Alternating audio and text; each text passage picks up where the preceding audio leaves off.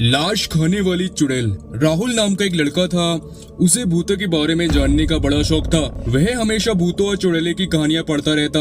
वह यह जानना चाहता था कि भूत होते भी हैं या ये सब बस एक मनगढ़ंत कहानी है। लोग बाग बस एक डर का माहौल बनाने के लिए ही ऐसा कहते हैं कि चुड़ैल होती है। वो यही सब सोचता रहता था। इस बात का पता लगाने के लिए उसने एक तरकीब निकाली। उसने अपने दोस्त से कहा कि पास के कब्रिस्तान आज रात हम दोनों चलेंगे और पूरी रात वहाँ जाके पता करेंगे कि चुड़ैल होती है कि नहीं। उसका दोस्त साथ चलने के लिए तो तैयार हो गया, पर कब्रिस्तान के अंदर जाने से मना कर दिया। राहुल राजी हो गया। जैसी ही रात हुई दोनों कब्रिस्तान के पास पहुंच गए। राहुल अंदर चला गया और राहुल का दोस्त वहीं कब्रिस्तान के बाहर इंतजार करने लगा। कुछ घंटे बीत जाने के बाद राहुल के दोस्त ने राहुल को कॉल किया, भाई क्या चुड़ैल दिखी? राहुल ने जवाब दिया नहीं। इस पे उसके दोस्त ने राहुल को बोला, तू बाहर आ जा, घर चलते हैं हम लोग, मुझे नींद आ रही है। पर राहुल ने अपने दोस्त से कहा, तुझे नींद आ रही है तो भारी सो जा, आज मुझे पूरी रात यहीं रुकना पड़े तो भी मैं रुकूंगा। मुझे आज पता करना ही है कि चुड़ैल होती है कि नहीं, और जैसे ही मुझे चुड़ैल दिखाई देगी मैं भाग के तेरे पास आ जाऊंगा।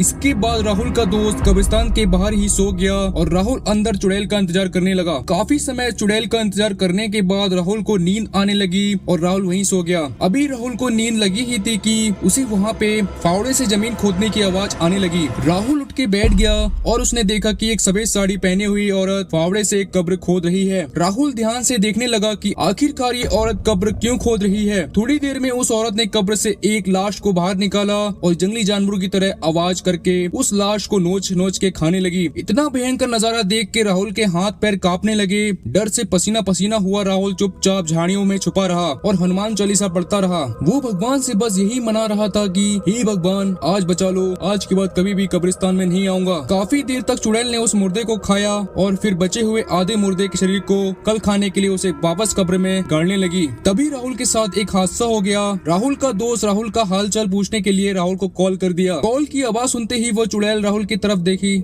झाड़ियों में छुपे होने के कारण राहुल ने सोचा चुड़ैल उसे देख नहीं पाएगी, पर ऐसा नहीं था। पलक झपकते ही वो चुड़ैल राहुल के सामने खड़ी हो गई। चुड़ैल को अपनी नजदीक देखकर राहुल का शरीर ठंडा पड़ गया और वो वहीं पे जम गया। चुड़ैल आराम से राहुल का हाथ पकड़कर अपने साथ उसे ले जाने लगी। राहुल बिना किसी विरोध के उसके साथ जाने लगा। चुड़ैल आधी खाई हुई लाश के कब्र के पास पहुंची और उस मुर्दे की लाश को बाहर फेंक दिया और राहुल को उस कब्र में दफन करने के लिए राहुल को कब्र के अंदर सुलाने लगी। तभी वापस से राहुल का कॉल आया। मोबाइल की रिंग टोन सुन के राहुल को होश आया और वो चिल्लाते हुए वहाँ से भागने लगा। राहुल जिधर भी भागता चुड़ैल उसके सामने खड़ी हुई मिलती। अब राहुल को उसकी मौत सामने नजर आ रही थी। राहुल चिल्लाते हुए अपने दोस्त की तरफ भागा। तभी राहुल की आवाज सुन के उसका दोस्त कब्रिस्तान के अंदर आ गया और राहुल को देखा वो पागलों की तरह इधर उधर भाग रहा है। उसने राहुल को एक जोर से तमाचा मारा और उससे पूछा चिल्लाते हुए, ऐसे क्यों भाग रहा है? मैं यहीं तेरे पास तो हूँ। राहुल ने अपने दोस्त को बताया, यहाँ सच में चुड़ैल है। इतना सुनते ही राहुल के दोस्त ने राहुल का हाथ पकड़ा और दोनों कब्रिस्तान के बाहर भाग गए। सीधा अपने घर गए। राहुल ने घर पहुंच के सारी घटना अपने दोस्त को बताई। उसके बाद वो दोनों कभी भी उस कब्रिस्तान के आसपास भी नहीं गए।